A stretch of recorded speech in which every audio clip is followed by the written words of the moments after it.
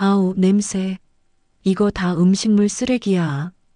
어머니 반찬 버리느라 봉투값도 아깝고 냉장고 열 때마다 비위 상해서 정말 못 살겠다니까? 아들 집에 정성스레 만든 반찬을 주러 간 날, 현관문 너머로 들리는 며느리의 표독스런 통화 목소리에 손에 들린 보따리가 툭 하고 떨어졌습니다. 저는 죄인이라도 된 듯 도둑고양이처럼 숨죽여 울며 발길을 돌렸죠. 하지만 며느리는 꿈에도 몰랐습니다. 그날 제가 흘린 눈물은 결국 아들의 가슴을 불을 질렀고 그로 인해 며느리의 인생이 쓰레기통에 처박아지게 될 거란 것을. 안녕하세요. 저는 올해 71살이 된 유정순이라고 합니다. 평생 자식 입에 따뜻한 밥 한 숟갈 넣어주는 게 유일한 낙이었던 저한테 이런 기막힌 일이 생길 줄은 꿈에도 몰랐어요. 제 손으로 정성껏 만든 음식이 음식 쓰레기 취급을 받는다는 게 얼마나 가슴이 미어지는 일인지 억울하고 분한 제 이야기 한번 들어봐 주시겠어요? 그날은 새벽 5시에 눈이 번쩍 떠졌습니다. 아들에게 가져다 줄 반찬을 만들기 위해서였죠. 저는 부엌에 가서 불을 켜고 냉장고 문을 활짝 열었죠. 어젯밤에 소고기 핏물을 빼고 미리 삶아두었거든요. 우리 성준이 엄마표 장조림이라면 밥 2공기는 뚝딱 비우지. 많이 먹고 힘내라 내 새끼. 장조림 간장 양념이 고기에 속속들이 배어들도록 약한 불에 한참을 졸였어요. 파김치도 아들이 좋아하는 입맛 그대로 만든 것이었는데 아주 알맞게 익었죠. 아이고, 냄새만 맡아도 침이 고이네. 미나도 좋아해야 할 텐데. 반찬통에 하나하나 꾹꾹 눌러 담으면서 맛있게 먹을 아들 얼굴이 떠올라 절로 미소가 빚어나왔죠. 무거운 보따리를 들고 버스를 3번이나 갈아타느라 허리가 끊어질 듯 아팠지만 아들네 아파트에 도착하니 힘든 줄도 몰랐습니다. 아파트 복도를 걸어가는데 묵직한 가방이 팔을 잡아당겨 어깨가 욱신거렸어요. 한참을 걸려 도착한 아들 집 현관 앞에서 저는 떨리는 가슴을 진정시키려 숨을 한 번 크게 들이마셨죠. 그리고 초인종을 누르려고 손을 뻗었을 때였습니다. 현관문 안쪽에서 며느리 미나의 날카로운 목소리가 들려왔어요. 미나가 누군가와 전화 통화를 하고 있었죠. 언니, 나 진짜 스트레스 받아서 미치겠어. 어머님이 또 반찬 바리바리 싸들고 오신대잖아. 아니, 요즘 세상에 누가 그런 냄새 나는 궁상 맞은 반찬을 먹냐고. 냉장고 문만 열면 마늘 냄새, 된장 냄새가 진동을 하는데 비위상해서 정말 못 살겠어. 그 목소리를 듣는 순간 초인종 버튼 바로 앞에서 손가락이 갈 길을 잃고 멈췄습니다.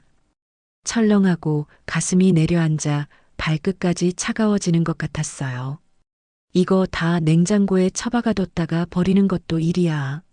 음식물 쓰레기 봉투 값도 아깝다니까? 성준 씨는 눈치도 없이 어머님 손맛이 최고라면서 넙죽넙죽 받아오니까 내가 뭐라고 할 수도 없고. 아, 진짜 이 냄새 나는 걸 어쩌면 좋아? 완전 처치 곤란이라니까? 심장이 쿵쾅거려 숨을 쉬기도 힘들었습니다. 다리에 힘이 쭉 풀려서 차가운 벽에 등을 기대고 겨우 서 있었어요. 손에 든 가방이 갑자기 천근만근 쇳덩이처럼 무겁게 느껴졌습니다. 세상에 내가 새벽부터 잠 설치며 만든 게 처치 곤란한 쓰레기라니, 냄새나는 음식물 쓰레기라니. 도저히 초인종을 누를 용기가 나지 않았습니다. 이 반찬통을 다시 들고 집으로 갈까요? 아니면 그냥 문 앞에 놓고 갈까요? 한참을 문 앞에서 서성이며 망설였습니다. 그래도 우리 성준이는 엄마 손맛을 좋아하니까 성준이라도 먹겠지 싶어 미련을 버리지 못했어요. 소리 없이 도둑고양이처럼 반찬 가방을 문 앞 바닥에 내려놓았습니다.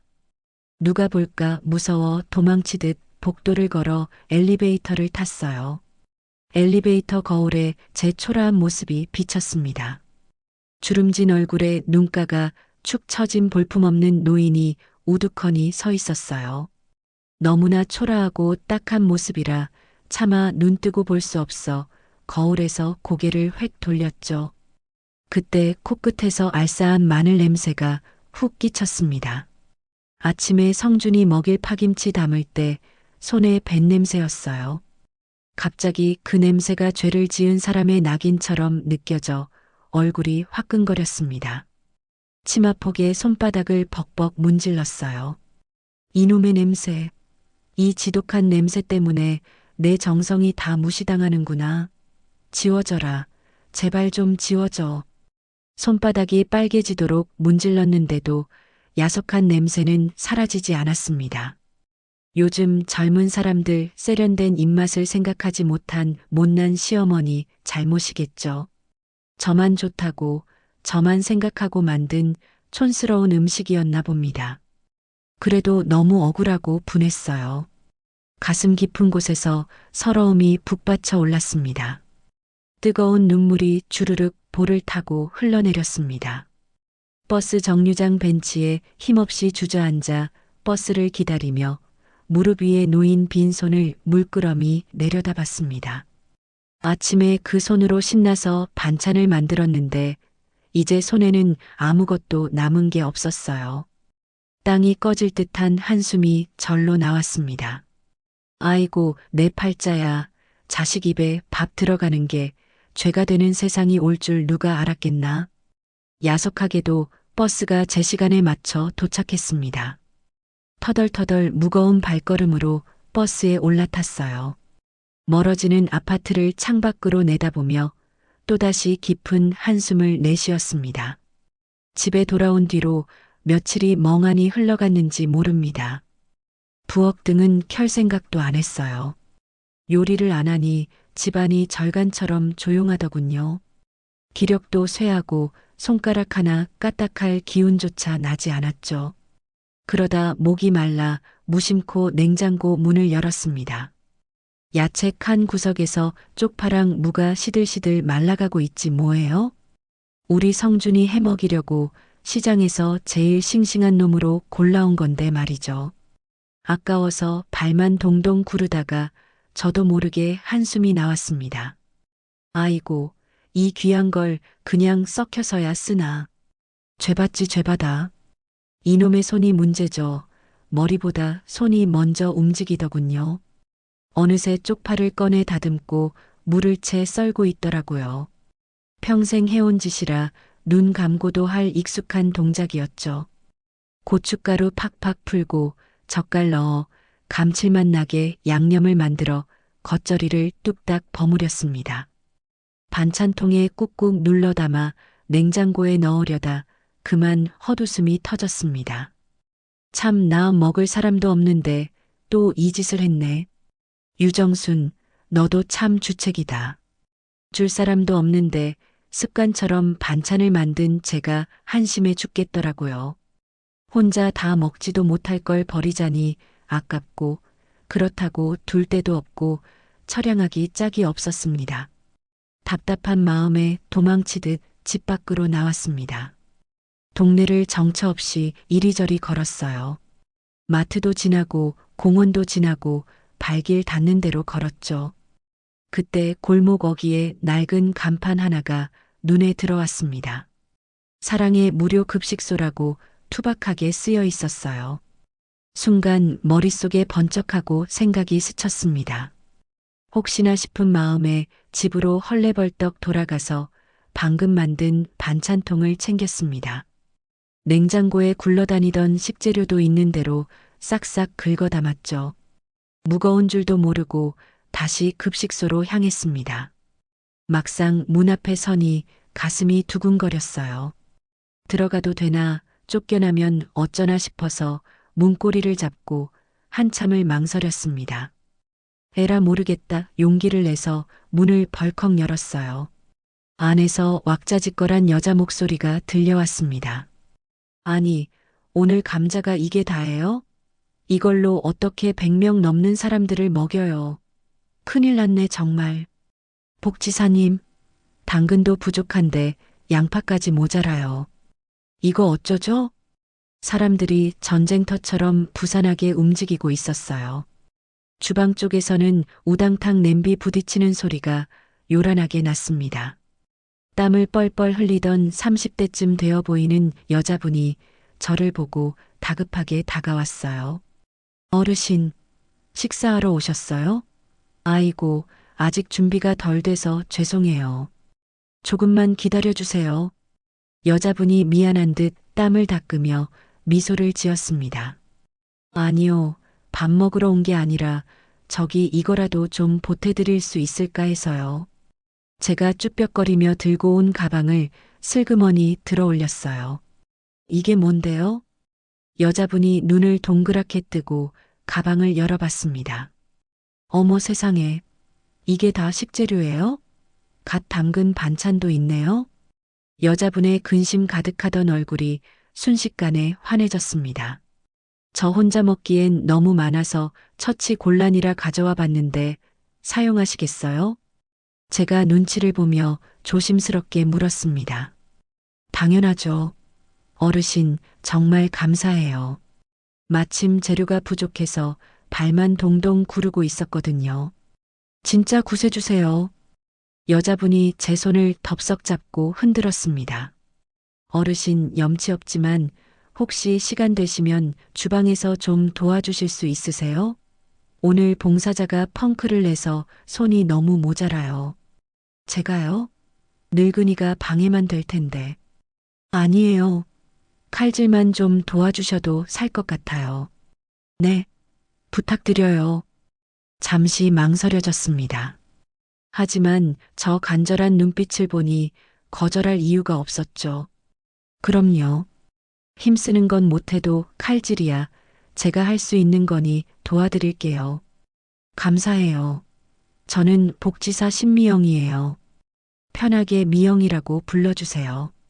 앞치마 끈을 질끈 묶으니 이상하게 마음이 편해지더군요. 주방으로 들어가니 산더미 같은 재료와 칼, 도마가 놓여 있었습니다.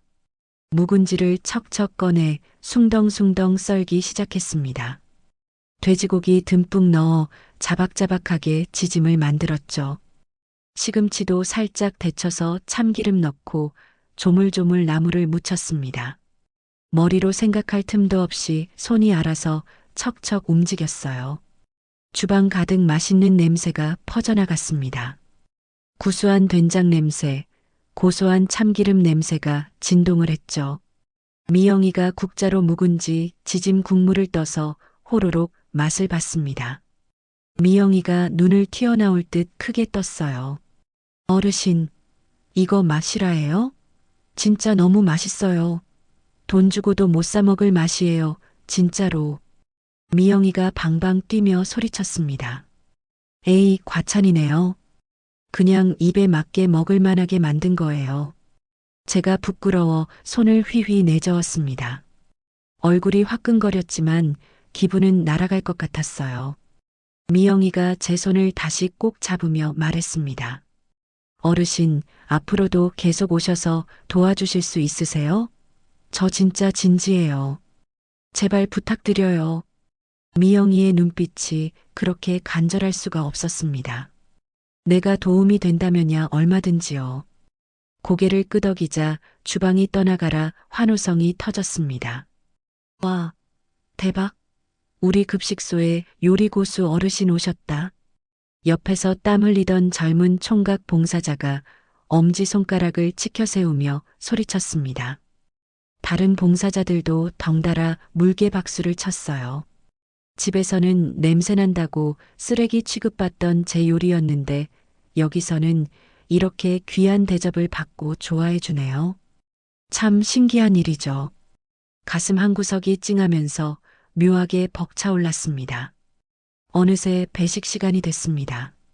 사람들이 서 있는 긴 줄에 허름한 옷을 입은 노인들도 있고 젊은 사람들도 섞여 있었습니다. 국자를 높이 들고 뜨끈한 국을 듬뿍 퍼 담았습니다. 맛있게 드세요. 뜨거우니 조심하시고요. 아유, 감사합니다.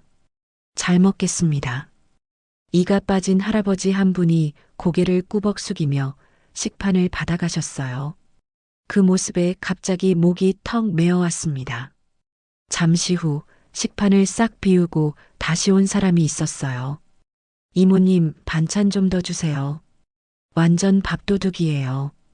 그 투박한 칭찬을 듣는데 눈시울이 뜨거워졌습니다. 제 요리를 이렇게 맛있게 먹어주고 좋아해주는 사람이 세상에 있다니요. 정신없이 봉사가 끝나고 뒷정리까지 깔끔하게 하고 급식소를 나섰어요. 버스를 기다리는데 저도 모르게 콧노래가 흥얼흥얼 나왔습니다. 꺼진 줄만 알았던 제 삶의 아궁이에 다시 따뜻한 불씨가 지펴지기 시작했습니다. 급식소에 발을 들인 지 어느덧 한 달이라는 시간이 훌쩍 지났습니다. 처음에는 낯설기만 하던 그곳이 이제는 제 집 안방보다 더 편안한 곳이 되었지요. 매일 아침 8시 자명종 소리가 울리기도 전에 눈이 번쩍 떠집니다. 무릎 관절이 시큰거릴 때도 있지만 앞치마를 챙겨 들고 집을 나서는 발걸음만큼은 구름 위를 걷는 듯 가볍기만 해요. 평생 누군가의 뒷바라지만 하던 제가 제 이름 석자를 불러주는 사람들과 함께한다는 게 얼마나 가슴 벅찬 일인지 모릅니다. 오늘도 콧노래를 흥얼거리며 급식소 문을 활짝 열었습니다. 그런데 오늘따라 공기가 달랐어요. 평소 같으면 구수한 멸치 육수 냄새와 사람들의 활기찬 인사소리가 반겨주었을 텐데 오늘은 찬물을 끼얹은 듯 싸늘한 정적만이 흐르고 있었습니다. 주방 입구에 들어서자마자 가슴이 철렁 내려앉았어요. 늘 웃는 얼굴로 저를 반기던 복지사 미영이가 전화기를 붙들고 사색이 되어 있었거든요. 사장님, 제발이요. 한 번만 사정 좀 봐주세요. 당장 오늘 점심은 어떡하라고요. 미영이의 목소리가 금방이라도 울음을 터뜨릴 듯 위태로웠습니다. 수화기 너머로 냉정하게 끊어지는 소리가 들리는 듯 했어요. 미영이는 힘없이 전화기를 내려놓더니 그 자리에 주저앉고 말았습니다. 옆에 서 있던 봉사자 준호 총각도 머리를 감싸 쥐고 긴 한숨을 내쉬고 있었습니다. 미영아, 무슨 일이니? 아침부터 왜들 이러고 있어? 제가 다급하게 다가가 물었습니다. 미영이가 고개를 들었는데 눈가가 붉게 충혈되어 있었어요. 어르신, 큰일 났어요. 식자재 업체에서 외상값이 너무 밀렸다고 오늘부터 납품을 전면 중단하겠대요. 뭐라고? 당장 오늘 점심 장사를 해야 하는데? 복지관 예산이 바닥나서 다음 달 지원금이 나올 때까지는 10원 한 장 줄 수가 없는데 업체에서도 더 이상은 못 참겠다고. 결국 미영이가 참았던 눈물을 터뜨렸습니다. 하늘이 무너진다는 게 이런 기분일까요? 당장 2시간 뒤면 100명이 넘는 노인분들과 어려운 이웃들이 줄인 배를 채우러 오실 텐데 밥 줄 재료가 없다니요. 이건 단순히 밥 한 끼의 문제가 아니었습니다. 그분들에게는 하루를 버티는 생명줄이나 다름없는 식사였으니까요. 준호가 홧김에 냉장고 문을 거칠게 열어젖혔습니다. 텅텅 비었어요. 진짜 파리만 날린다고요. 이걸로 도대체 뭘 만들어요? 차라리 오늘 하루 문 닫는다고 공지 붙이는 게 낫지 않겠어요? 준호의 목소리에 절망이 가득했습니다. 다른 봉사자들도 발만 동동 구르며 어쩔 줄을 몰라 했어요. 다들 포기한 눈치였지만 하지만 저는 그럴 수가 없었어요. 배고픔의 서러움을 누구보다 잘 아는 저였으니까요. 빈손으로 돌아갈 사람들의 실망한 얼굴이 눈앞에 아른거려 가만히 있을 수가 없었습니다. 저는 입을 꾹 다물고 냉장고 앞으로 저벅저벅 걸어갔습니다. 냉장고 안은 준호 말대로 처참했습니다. 말라비틀어져 구석에 처박힌 시래기 한 봉지, 바람이 들어 쭈글쭈글해진 무 반개, 그리고 싹이 트기 시작한 양파 2개가 전부였어요. 냉동실을 샅샅이 뒤지니 멸치 한 줌과 다시마 몇 조각이 나왔습니다. 어르신, 보셨죠? 답이 없어요. 쌀은 좀 남았는데 반찬이 없잖아요. 맨밥에 물 말아드릴 수도 없고. 미영이가 훌쩍이며 말했습니다. 미영아, 울지 말고 정신 똑바로 차려라. 호랑이 굴에 들어가도 정신만 차리면 산다고 했다. 쌀은 있다고 했지? 네. 창고에 쌀은 넉넉해요. 그럼 됐다. 굶기지는 않겠다. 제 목소리에 힘이 들어갔습니다. 불안해하는 젊은이들을 안심시켜야 했으니까요. 준호야, 너는 지금 당장 쌀부터 씻어서 안쳐라. 평소보다 물 조금 덜 잡고 고슬고슬하게 해야 한다. 알겠지? 네, 알겠습니다. 제 기세에 눌린 준호가 얼떨결에 대답하고 쌀독으로 뛰어갔습니다. 저는 냉장고에서 시래기 봉지를 꺼냈습니다. 바싹 마른 시래기가 부스럭거리는 소리를 냈습니다. 어르신, 그건 너무 오래된 거라 질겨서 못 먹어요. 버리려고 했던 건데. 미영이가 걱정스럽게 말했습니다. 버리긴 왜 버려? 이게 얼마나 귀한 건데. 요리하면 이게 고기보다 맛있는 반찬이 되는 거야. 저는 큰 대야에 뜨거운 물을 받고 시래기를 담갔습니다. 손으로 팍팍 주물러 억센 줄기를 부드럽게 풀었죠. 그리고 냉장고 구석에 있던 쭈글쭈글한 물을 꺼내 도마 위에 올렸습니다. 탁, 탁, 탁, 탁. 경쾌한 칼질 소리가 적막한 주방을 깨웠습니다. 큰 속 가져와. 물 가득 붓고. 봉사자들이 제 지시에 따라 일사불란하게 움직이기 시작했습니다. 육수는 진하게 우려야 해. 고기가 없으니까 멸치똥까지 다 우려낸다는 생각으로 팔팔 끓여. 육수가 끓는 동안 불린 시래기의 물기를 꽉 짰습니다. 그리고 지난번 제가 집에서 가져다 놓은 집된장 항아리를 열었죠. 뚜껑을 열자 쿰쿰하고 깊은 장 냄새가 주방 가득 퍼졌습니다. 이게 바로 비법이었죠. 시래기에 된장을 듬뿍 퍼넣고 다진 마늘과 고춧가루를 넣어 손으로 조물조물 묻혔습니다. 양념이 시래기 속까지 배어들도록 힘을 주어 버무렸어요. 끓는 육수에 양념한 시래기와 물을 몽땅 넣었습니다. 이제 기다림의 시간이었죠. 자, 국은 됐고, 이제 밥이다. 밥 다 됐니? 네, 뜸 들이고 있습니다. 준호가 씩씩하게 대답했습니다. 좋아. 대야 큰 거 다 꺼내와. 오늘은 그냥 밥이 아니라 주먹밥이다. 주먹밥이요? 봉사자들이 눈을 동그랗게 떴습니다. 그래. 반찬이 없다고 그냥 국에 밥만 말아주면 대접받는 느낌이 안 들잖아. 정성이라도 보여드려야지. 주먹밥으로 예쁘게 빚어서 드리면 별미라고 좋아하실 거야. 김이 모락모락 나는 흰 쌀밥 위로 소금을 솔솔 뿌리고 아껴두었던 참기름을 듬뿍 둘렀습니다. 고소한 참기름 냄새가 진동을 하자 침이 꼴깍 넘어갔습니다. 냉동실 구석에서 찾아낸 김가루도 아낌없이 뿌렸죠. 다들 뭐해? 이리 와서 같이 빚어.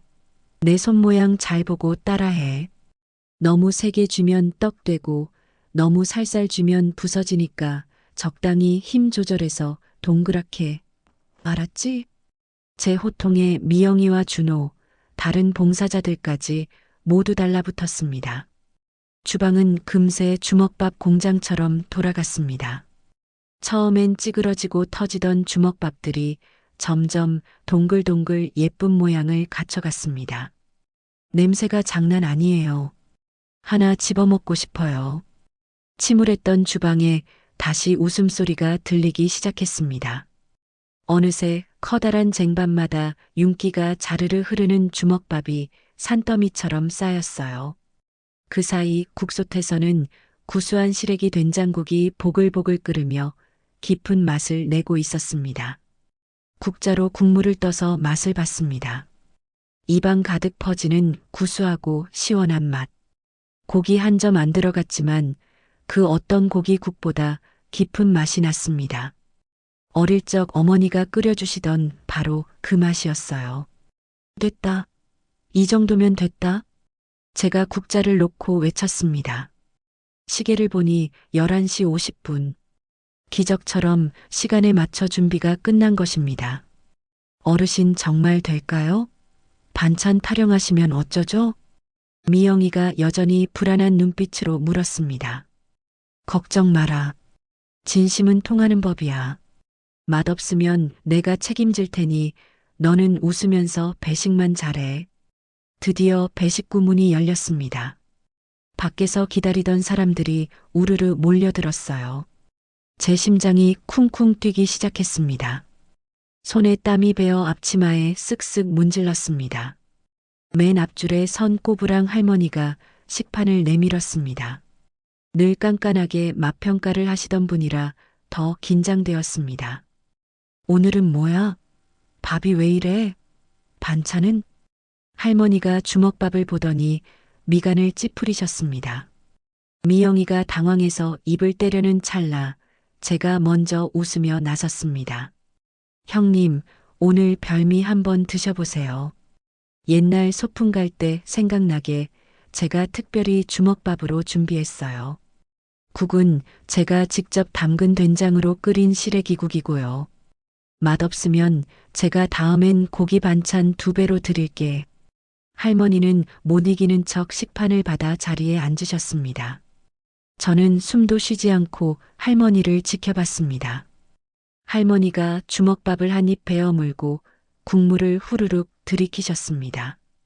할머니의 입가에 슬며시 미소가 번졌습니다. 어머, 이거 꿀맛이네. 간이 어쩜 이렇게 딱 맞아? 할머니의 한마디에 제 심장이 다시 뛰기 시작했습니다. 진짜? 어디 나도 좀 먹어보자. 옆에 있던 할아버지가 급하게 숟가락을 드셨습니다. 시원하다. 속이 뻥 뚫리네 그려. 고기국보다 훨씬 낫네. 할아버지의 감탄사가 터져 나왔습니다. 여기저기서 웅성거리는 소리가 들렸습니다. 학생, 여기 주먹밥 더 줘. 진짜 고소하고 맛있다. 국물 좀 더 주세요. 밥 말아 먹게. 배식구로 사람들이 몰려들었습니다. 빈 그릇을 싹싹 비우고 엄지손가락을 치켜 세우는 사람들을 보며 다리에 힘이 풀릴 뻔했습니다. 안도감과 기쁨이 한꺼번에 밀려왔거든요. 정순 어르신, 대박이에요. 완전 대박 났어요. 준호가 땀범벅이 된 얼굴로 뛰어와 제 등을 두드렸습니다. 그의 얼굴에 한박웃음이 걸려 있었습니다. 모든 배식이 끝나고 주방을 정리할 때였습니다. 미영이가 제게 다가오더니 갑자기 제 2손을 덥석 잡고 무릎을 꿇으려 했습니다. 어르신 정말 감사합니다. 어르신 아니었으면 오늘 우리 급식소 문 닫을 뻔했어요. 정말 존경합니다. 미영이의 눈에서 닭똥 같은 눈물이 뚝뚝 떨어져 제 손등을 적셨습니다. 일어나라, 미영아. 다 같이 한 건데 뭘 그래. 네가 재료 아껴 쓰고 살림 잘한 덕분이지. 저는 미영이를 일으켜 세워 꼭 안아주었습니다. 집에서는 냄새나는 반찬통 취급을 받으며 버려졌던 제 손맛이 이곳에서는 수많은 사람을 살리는 기적을 만들었습니다. 제 인생이 결코 헛되지 않았다는 걸, 제가 쓸모없는 노인네가 아니라는 걸 확인받은 것 같아 가슴이 벅차올랐습니다. 전쟁 같았던 점심 배식이 끝나고 주방을 정리하던 참이었습니다. 허리가 뻐근했지만 깨끗하게 비워진 국솥을 보니 피로가 싹 가시는 기분이었죠. 행주를 빨아 널고 있는데 갑자기 주방 문이 쾅 열리더니 준호 총각이 숨이 턱에 차서 달려들어왔습니다. 정순 어르신, 이거 보셨어요? 대박이에요, 대박. 준호가 스마트폰을 들이밀며 호들갑을 떨었습니다. 아니, 총각 왜 이래? 숨 좀 고르고 말해. 제가 며칠 전에 어르신 요리하시는 거 영상 찍어서 올렸잖아요. 그게 지금 난리가 났어요. 준호가 보여주는 작은 화면 속에서 제가 시래기를 무치고 있었습니다. 쭈글쭈글한 손으로 조물조물 나무를 무치는 모습이 뭐가 그리 대단하다고 화면 밑에 숫자들이 쉴 새 없이 올라가고 있었어요. 이게 다 뭐니? 숫자가 왜 이렇게 빨리 돌아가? 조회수예요. 벌써 100만이 넘었어요. 댓글도 1000개가 넘게 달렸다고요. 준호의 목소리가 흥분으로 파르르 떨리고 있었습니다. 어느새 미영이도 다가와 화면을 들여다보며 입을 다물지 못했죠. 세상에, 이거 진짜예요? 댓글 좀 보세요. 돌아가신 엄마가 해주던 반찬 같아요. 저 손맛 한 번만 맛보고 싶다. 어디 가면 먹을 수 있나요? 사람들이 손맛을 너무 그리워하나 봐요. 미영이가 댓글을 하나하나 읽어주는데 제 가슴이 쿵쿵 뛰기 시작했습니다. 믿기지가 않았어요. 집에서는 냄새난다고 천덕꾸러기 취급받던 제 요리가 얼굴도 모르는 사람들에게는 그리움이 된다니요. 준호가 의자를 바짝 당겨 앉으며 비장한 표정을 지었습니다. 어르신, 저한테 기막힌 생각이 있어요. 우리 이거 기회 놓치지 말고 한번 해봐요. 뭘 해보자는 거니? 어르신 반찬을 파는 거예요. 도시락으로 예쁘게 포장해서 파는 거죠. 뭐, 판다고? 장사를 하자는 말이냐? 제가 놀라서 눈을 동그랗게 떴습니다. 평생 살림만 했지 돈 받고 음식을 팔아본 적은 없었으니까요. 네. 수익금으로 쪼들리는 급식소 운영비도 충당하고 더 많은 독거노인 분들도 도울 수 있잖아요. 이거야말로 일석이조 아니겠어요? 준호의 눈이 반짝반짝 빛났습니다. 하지만 덜컥 겁부터 났어요.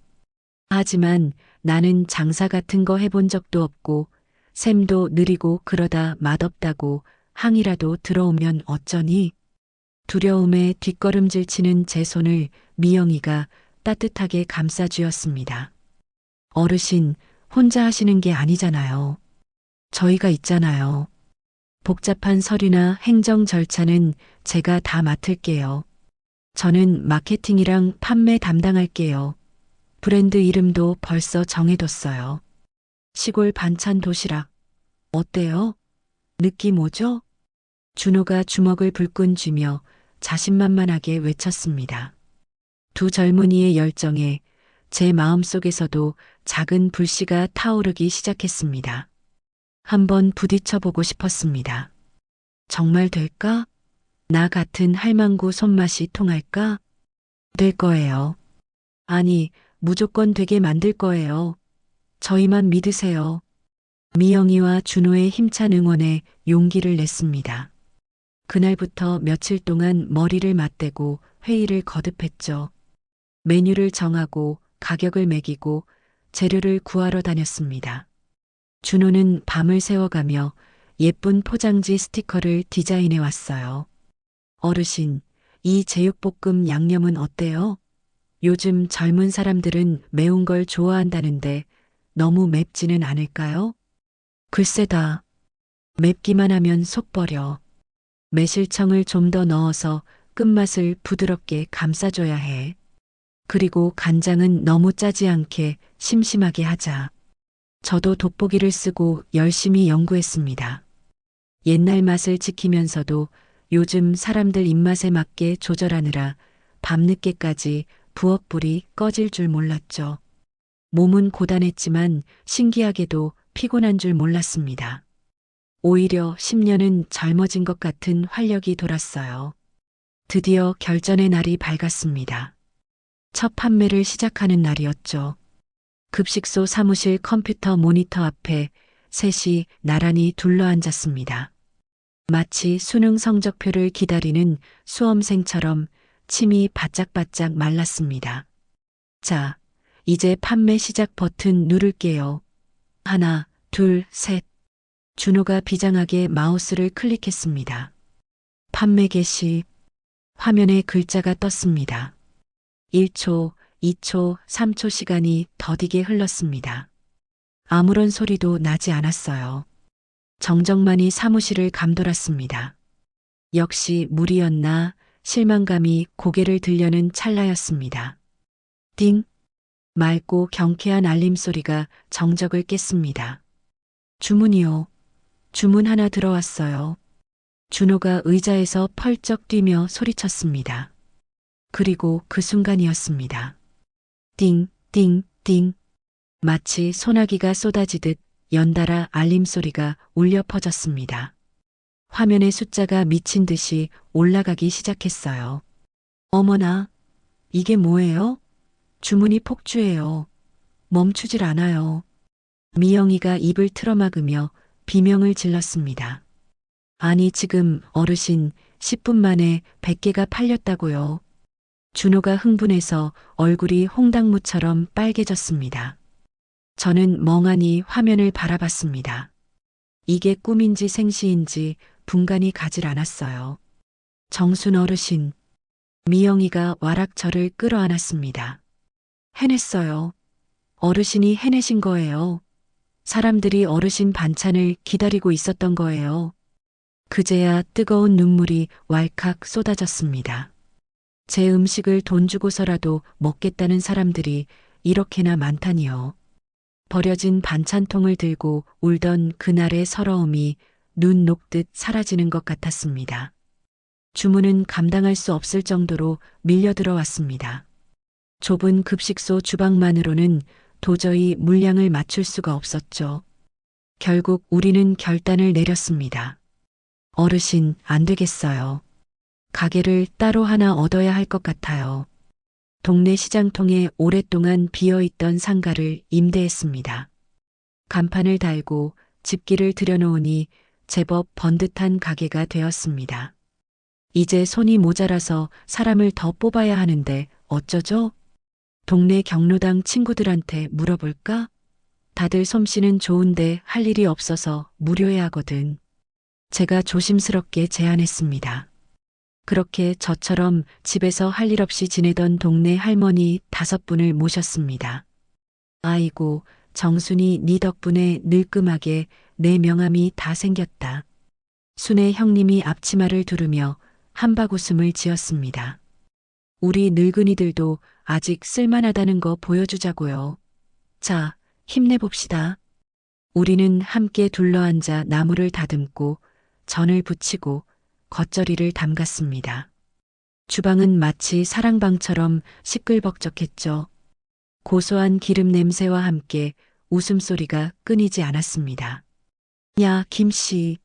팔을 그렇게 굵게 썰면 어떡해. 소 여물수냐? 아이고, 미안해. 눈이 침침해서 그렇지. 네가 좀 썰어라. 이리 줘. 내가 할게. 우리 서로 도우면서 하는 거지 뭐. 함께 일하니까 외롭지 않았습니다. 티격태격하면서도 서로의 빈틈을 채워주는 동무들이 있어 든든했죠. 입소문은 무서웠습니다. 인터넷 맘카페라는 곳에서 난리가 났다고 하더군요. 이거 보세요. 편의점 도시락이랑은 차원이 달라요. 집밥보다 더 집밥 같은 도시락. 우리 애가 편식쟁이인데 이 나물은 다 먹었어요. 난리도 아니에요. 준호가 보여주는 댓글들을 읽는데 가슴이 벅차올라 숨을 쉬기가 힘들 정도였습니다. 통장에는 차곡차곡 돈이 쌓였습니다. 미영이가 보여준 통장 잔고는 태어나서 처음 보는 큰 액수였어요. 어르신, 이번 달 수익이 이만큼이나 났어요. 급식소 운영비 넉넉하게 쓰고도 남아서 독거노인 난방비 지원금도 보낼 수 있게 됐어요. 정말 내 손으로 번 돈이 그렇게 좋은 데 쓰이는 거니? 그럼요. 다 어르신 덕분이에요. 가슴 깊은 곳에서 뜨거운 보람이 밀려왔습니다. 제 요리가, 제 노동이 누군가를 살리고 돕고 있었습니다. 저는 더 이상 쓸모없는 노인이 아니었습니다. 그러던 어느 날 가게로 전화 한 통이 걸려왔습니다. 여보세요? 네. 방송국이요? 유명한 아침 방송 프로그램에서 취재를 하고 싶다는 연락이었습니다. 저는 잠시 생각에 잠겼다가 고개를 저었습니다. 죄송하지만 사양할게요. 유명해지는 것보다 따뜻한 밥 한 끼 제대로 만드는 게 더 중요해요. 전화를 끊고 묵묵히 다시 도마 앞에 섰습니다. 방송에 나가 유명세를 타는 것보다 지금 이 자리에서 묵묵히 제 일을 하는 게 더 좋았습니다. 그날 밤 집에 돌아와 자리에 누웠는데 잠이 오지 않았습니다. 문득 아들 성준이 얼굴이 떠올랐습니다. 내 반찬을 쓰레기 취급했던 며느리 미나의 목소리도 스쳐 지나갔고요. 언젠가 성준이도 알게 될까요? 엄마가 만든 도시락이 이렇게 많은 사람에게 사랑받고 있다는 걸요. 하지만 예전처럼 슬프거나 비참하지 않았습니다. 오히려 가슴 한구석에 희망이라는 작은 등불이 켜진 것 같았습니다. 다음 날 아침이었습니다.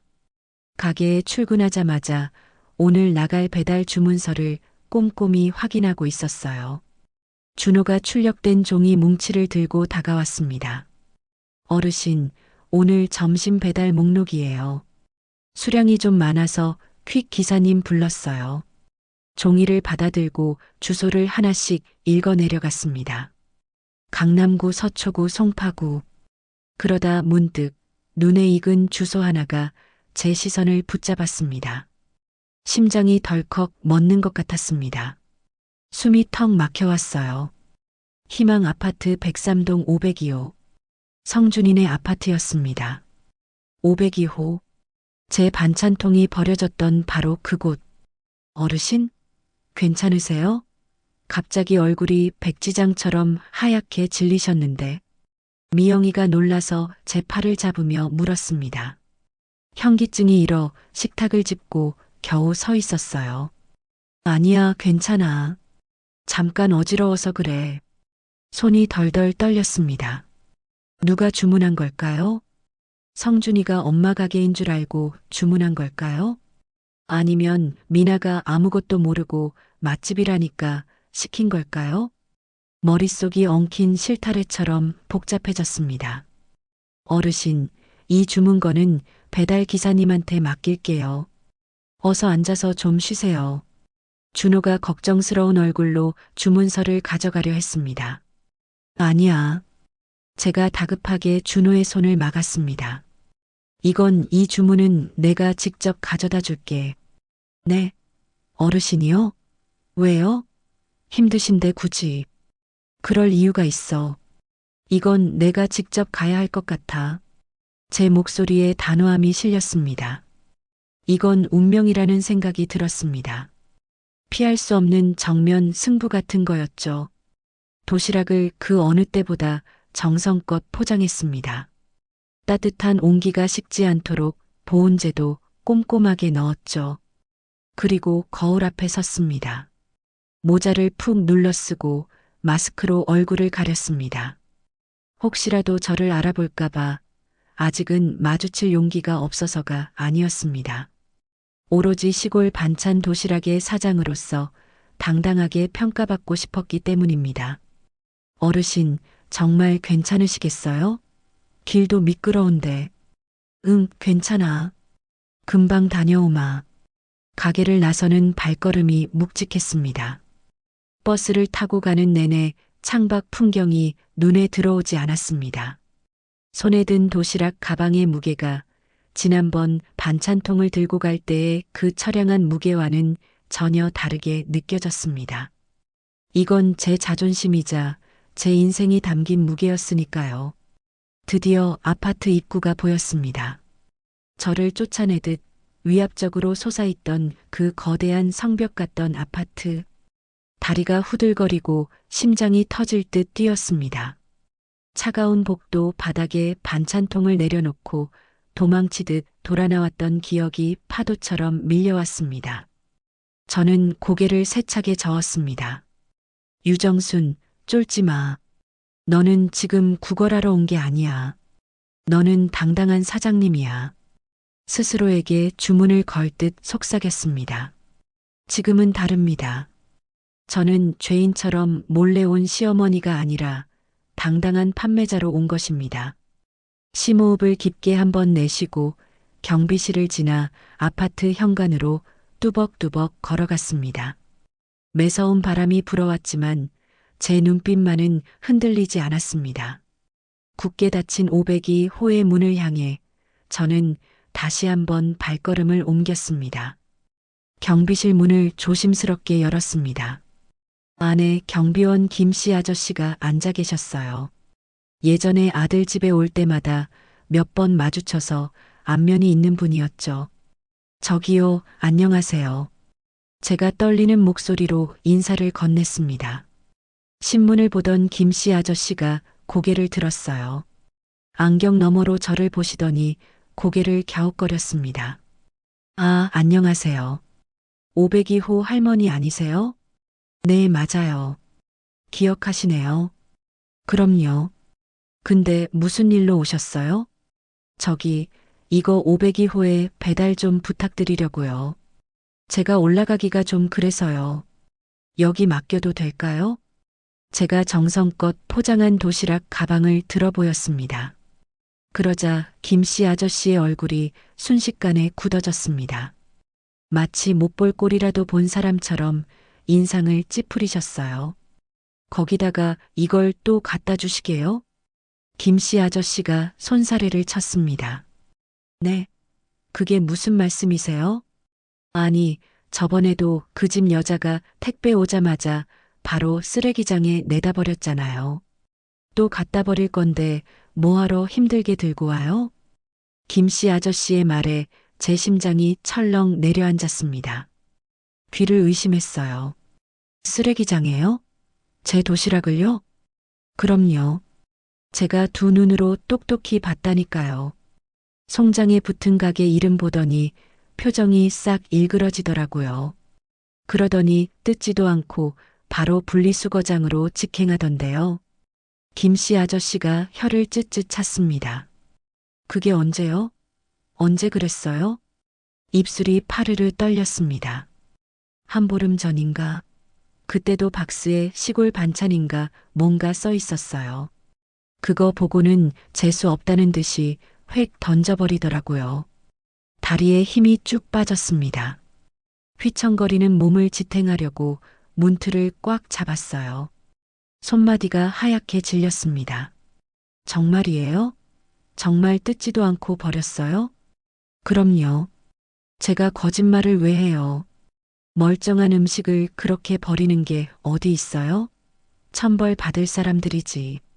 내가 아까워서 주워갈까 하다가 남이 버린 거 손 떼면 안 될 것 같아서 뒀는데 마음이 영 안 좋더라고요.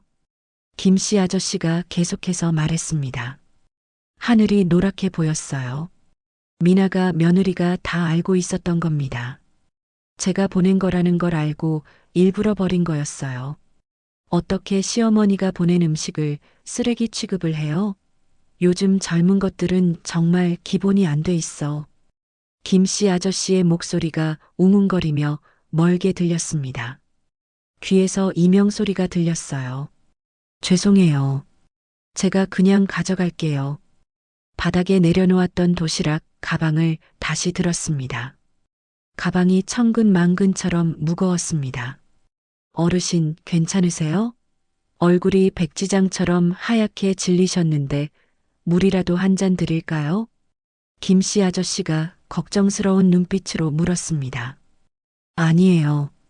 괜찮아요. 수고하세요. 도망치듯 경비실을 나왔습니다. 몇 걸음 못 가서 비틀거렸어요. 가슴이 터질 것만 같아서 주먹으로 가슴을 퍽퍽 쳤습니다. 아파트 단지 벤치에 힘없이 주저앉았습니다. 무릎 위에 놓인 도시락 가방을 한참이나 내려다봤습니다. 이 안에 든 건 밥이 아니라 제 마음이었는데 그 마음이 통째로 쓰레기통에 처박힌 기분이었습니다. 어떻게 다시 가게로 돌아갔는지 기억도 나지 않습니다. 정신을 차려보니 가게 문 앞이었어요. 미영이가 저를 보고 환하게 웃으며 달려왔어요. 어르신, 오셨어요? 아드님은 만났어요? 뭐라고 하던가요? 미영이가 기대에 찬 눈빛으로 물었습니다. 대답을 할 수가 없었어요. 목구멍이 꽉 막혀서 소리가 나오지 않았습니다. 그대로 구석 의자에 풀썩 주저앉았어요. 어르신? 무슨 일 있으세요? 준호도 놀라서 다가왔습니다. 참았던 눈물이 댐 무너지듯 터져 나왔습니다. 엉엉 소리내어 울었어요. 말을 하려고 해도 울음이 터져서 말이 나오지 않았습니다. 한참을 어린아이처럼 울었어요. 어르신, 무슨 일이에요? 미영이가 제 손을 꼭 잡고 등을 쓸어주었습니다. 우리 며느리가 떨리는 목소리로 겨우 입을 열었습니다. 버렸대. 제 도시락을 뜯지도 않고 쓰레기장에. 네. 뭐라고요? 미영이가 눈을 크게 떴습니다. 경비원이 봤대. 송장에 적힌 우리 가게 이름 보고 제가 보낸 거 알고 더러운 거 버리듯이 바로 버렸대. 세상에 미친 거 아니에요? 준호가 주먹으로 벽을 쾅 쳤습니다. 어떻게 시어머니 정성을 어떻게 쓰레기 취급을 해요? 그러니까요. 도대체 무슨 생각으로 진짜 너무하네요. 미영이의 얼굴이 붉게 달아올랐습니다. 저는 계속해서 가슴을 치며 울었습니다. 차라리 욕을 먹는 게 낫지 이렇게 무시당하고 버려지는 건 견딜 수가 없었습니다. 어르신, 진정하세요. 이러다 쓰러지시겠어요. 물 좀 드세요. 준호가 급하게 물을 떠왔습니다. 손을 덜덜 떨며 물을 한 모금 마셨지만 넘어가지 않았어요. 제가 너무 화가 나고 분해요. 근데 동시에 우리 성준이 생각하면 또 가슴이 미어져요. 그 착한 애가 중간에서 얼마나 힘들까 싶어서. 어르신, 지금 아들 걱정할 때가 아니에요.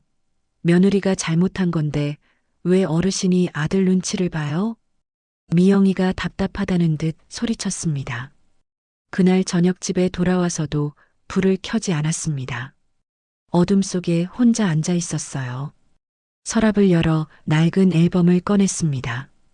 성준이 5살 때 찍은 사진을 찾았어요. 색동저고리 입고 환하게 웃고 있는 성준이. 내 새끼 어쩌다가 우리가 이렇게 됐을까? 사진 속 성준이 얼굴을 거친 손으로 쓰다듬었습니다. 성준이가 알고 있을까요? 미나가 제 음식을 버린다는 걸요. 아니면 미나에게 속아서 아무것도 모르고 있는 걸까요? 모르는 게 약일까요? 창밖을 내다봤습니다. 도시의 불빛들이 화려하게 반짝이고 있었어요. 저 수많은 불빛 중에 내 마음 둘 곳 하나 없다는 게 서러웠습니다. 도시가 차갑게 저를 비웃는 것 같았습니다. 그렇게 지옥 같은 며칠이 지났습니다. 어느 날 아침이었어요. 가게 문을 열자마자 준호가 사색이 되어 달려왔습니다. 어르신, 큰일 났어요. 진짜 큰일 났어요. 왜? 무슨 일인데 아침부터 호들갑이니? 인터넷에 어르신이랑 우리 가게 비방하는 악성 글이 올라왔어요. 그게 뭔 소리야? 준호가 떨리는 손으로 스마트폰을 제 눈앞에 들이밀었습니다. 화면을 들여다봤어요. 빨간색 글씨로 적힌 자극적인 제목이 눈에 들어왔습니다. 충격 폭로, 시골 반찬 도시락, 위생 상태 최악, 쓰레기로 반찬 만든다. 숨이 턱 막혔습니다. 글을 읽어 내려갔어요. 이 가게 주인 할머니가 아파트 단지 쓰레기장을 뒤져서 식재료를 주워다가 반찬을 만든다고 합니다. 노인네가 돈독이 올라서 양심을 팔았습니다. 절대 사 먹지 마세요. 기가 막혀서 말이 나오지 않았습니다. 이게 무슨 누가 이런 말도 안 되는 소설을 써? 사진도 있어요. 이거 보세요. 준호가 화면을 내렸습니다. 사진 속에는 저희 가게 도시락 반찬들이 쓰레기통 옆 바닥에 나뒹굴고 있었습니다. 누가 봐도 쓰레기처럼 보였어요. 이게 뭐예요? 내 반찬들이 왜 저기 있어? 손이 덜덜 떨렸습니다. 댓글 좀 보세요. 상황이 심각해요. 헐, 대박. 나 여기서 어제 주문했는데 토 나올 것 같아. 당장 환불 받아야겠다. 신고해야 하는 거 아니에요? 입에 담지도 못할 악플이 수백 개나 달려 있었습니다. 그때였습니다. 가게 전화기가 요란하게 울리기 시작했습니다. 따르릉, 따르릉. 미영이가 겁에 질린 얼굴로 전화를 받았습니다. 네, 환불이요? 아니, 고객님. 저희는 절대 그런 적 없습니다. 오해세요. 네, 욕은 하지 마시고요. 여보세요? 미영이의 얼굴이 하얗게 질리다 못해 투명해졌습니다. 전화를 끊자마자 또다시 벨이 울렸습니다. 전화기 서너 대가 동시에 울어댔습니다. 이거 아무래도 미나가 쓴 것 같아요. 제가 멍하니 중얼거렸습니다. 네, 며느님이요? 준호와 미영이가 동시에 저를 쳐다봤습니다. 사진 좀 자세히 봐요. 이 바닥 타일 깨진 모양 성준이네 아파트 분리수거장이에요. 제가 알아요. 준호가 사진을 확대했습니다. 진짜네. 배경이 아파트 분리수거장이 맞아요. 미나가 제가 만든 도시락을 버리고 그걸 사진 찍어서 올린 거예요. 그리고 이렇게 거짓말을. 말을 잇지 못하고 입술을 깨물었습니다. 피맛이 비릿하게 났습니다. 와, 진짜 악질이네요. 사람이 어떻게 이럴 수가 있죠? 이건 범죄예요. 준호가 분노에 차서 소리쳤습니다. 어쩌죠 어르신. 주문 취소가 계속 들어와요.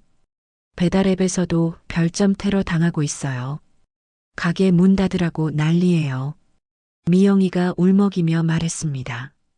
제가 나가서 사과문을 올릴게요. 아니라고 해명할게요. 제가 자리에서 일어났습니다. 어르신, 지금 나가면 위험해요. 준호가 말렸습니다. 괜찮아요. 제가 책임져야죠. 내가 시작한 일이니 내가 끝내야지. 하지만 사실은 하나도 괜찮지 않았습니다. 다리가 후들거려 서 있기조차 힘들었어요.